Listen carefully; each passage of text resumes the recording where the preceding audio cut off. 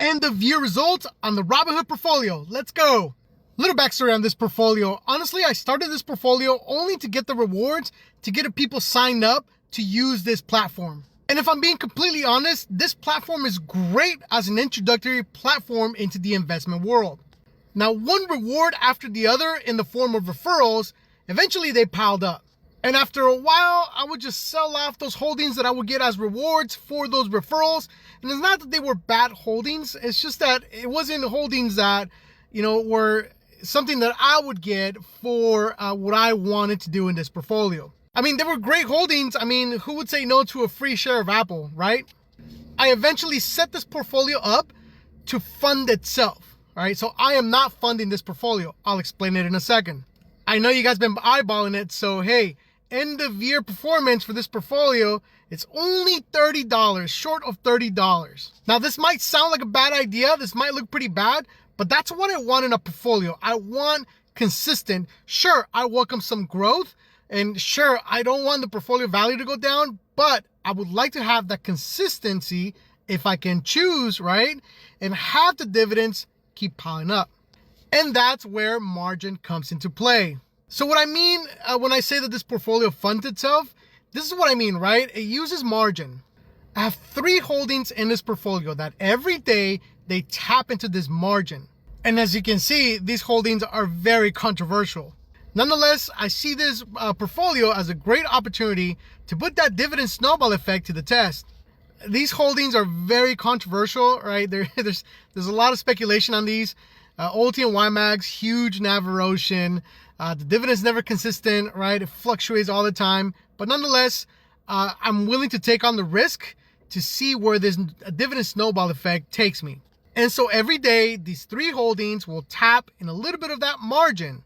That margin then gets invested, right, every day. And little by little, I add to those positions, again, using margin. Now, one of the benefit of at least YMAX and OLT is that they pay weekly dividends, right? SPY is monthly.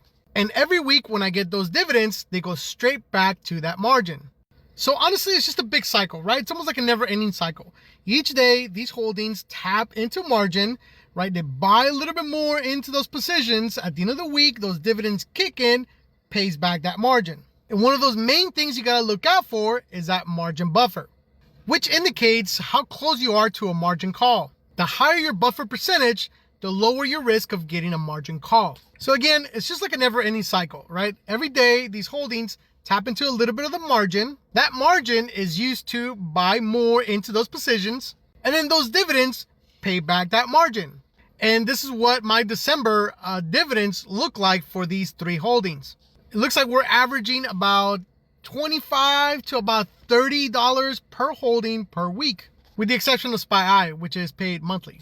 And just for context, this is what November looked like. And this is what October looked like, and so forth and so on. So after all this, what lets me, go to sleep at night when it comes to this portfolio is that if at any point the risk is too much, all I have to do is stop these holdings from tapping into margin. At which point, whatever holdings I have will keep paying the dividend, right? And until that margin is paid, which is down here, the 2,568, at that point, once the margin is paid back in its entirety, the holdings are mine. In my honest opinion, margin, just like any line of credit, if used correctly, will do wonders for you. Honestly, moving forward, I think at this point, I'm just going to let these holdings keep tapping into margin, right? At one point, whenever I'm satisfied on the amount of holdings that I have or amount of shares I have per holding, right, I'm going to stop them from buying margin, at which point I'm going to let those holdings continue to pay back that margin until it's completely paid off. And then if I decide I want to use those dividends, I will use them. If not, I'm just going to continue to let them reinvest themselves, which is going to fatten up the amount of shares that I have per holding on these 3 specific holdings. And then when I decide to use that, use those dividends for, funding my lifestyle, paying, for vacations or paying bills, I'm going to owe it all to this margin. Margin is not for everybody, just like any line of credit is not for everybody. But if you're going to tap into it, do your own research, right? It's not for everybody. I'm not a financial advisor, but if you use margin correctly, it will elevate your portfolio. And in my case, the way it elevated my portfolio is that it's allowing me to buy shares of holdings that I want to, buy into without coughing up the capital. So even though the year-to-date growth for this specific portfolio is less than a percentage, to me, this right here is the real treasure. And with that, guys, remember, keep dollar cost averaging, keep investing until the next one. Take care.